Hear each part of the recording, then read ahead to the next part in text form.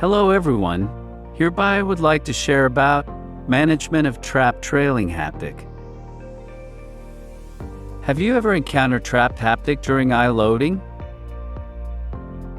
Trapped haptic usually occur due to poor intraocular lens injector mechanism, improper loading technique, inadequate viscoelastic use during lens loading.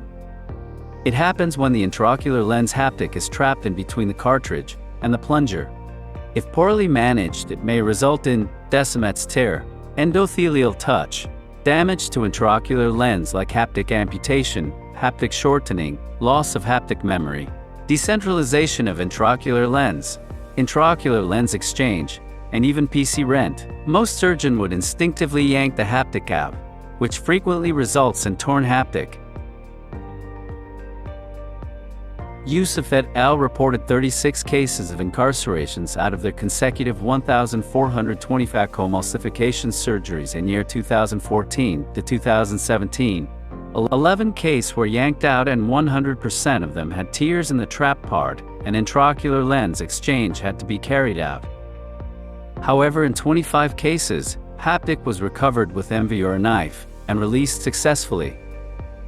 In our World of December 2020 issue, Skills section, by Dr. Ronald Yo mentioned that a trapped haptic is a tricky complication and not handled appropriately. The tip of the trailing haptic is likely to be amputated and lens has to be replaced. Correct maneuver is to maintain the injector cartridge at the incision and carefully cut the cartridge over the stuck haptic. Tips to release the trapped haptic. Gentle manipulation of the haptic is acceptable. If failed, cut the cartridge with MVR blade or 15-degree knife. In this demonstration video, we had deliberately induced intraocular lens haptic incarceration and attempted to cut with the MVR blade. We found cutting of the plunger is easier said than done if the maneuver is not properly done. Note how hard it is to cut through the tough cartridge with slicing motion. Observe how the job was done effortless when the MVR blade or 15-degree knife are used in stabbing motion. Surgeon must have direct view of the haptic through the cartridge when stabbing and avoid cutting it. Minimal counterforce of the injector is needed while stabbing. Resting a finger between the cartridge and ocular surface might help. When the cartridge is separated, release the plunger using Kelman forceps.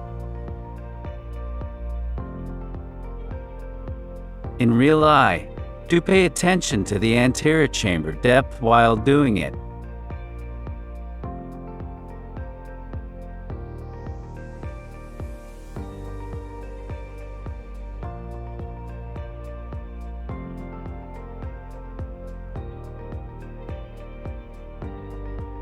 With increased awareness of this tricky complications and the simple maneuver described, we believe it can help new surgeons to be more prepared and manage better.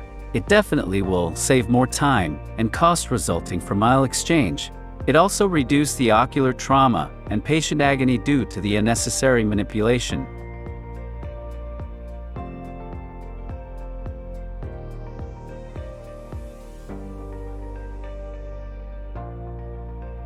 Thank you.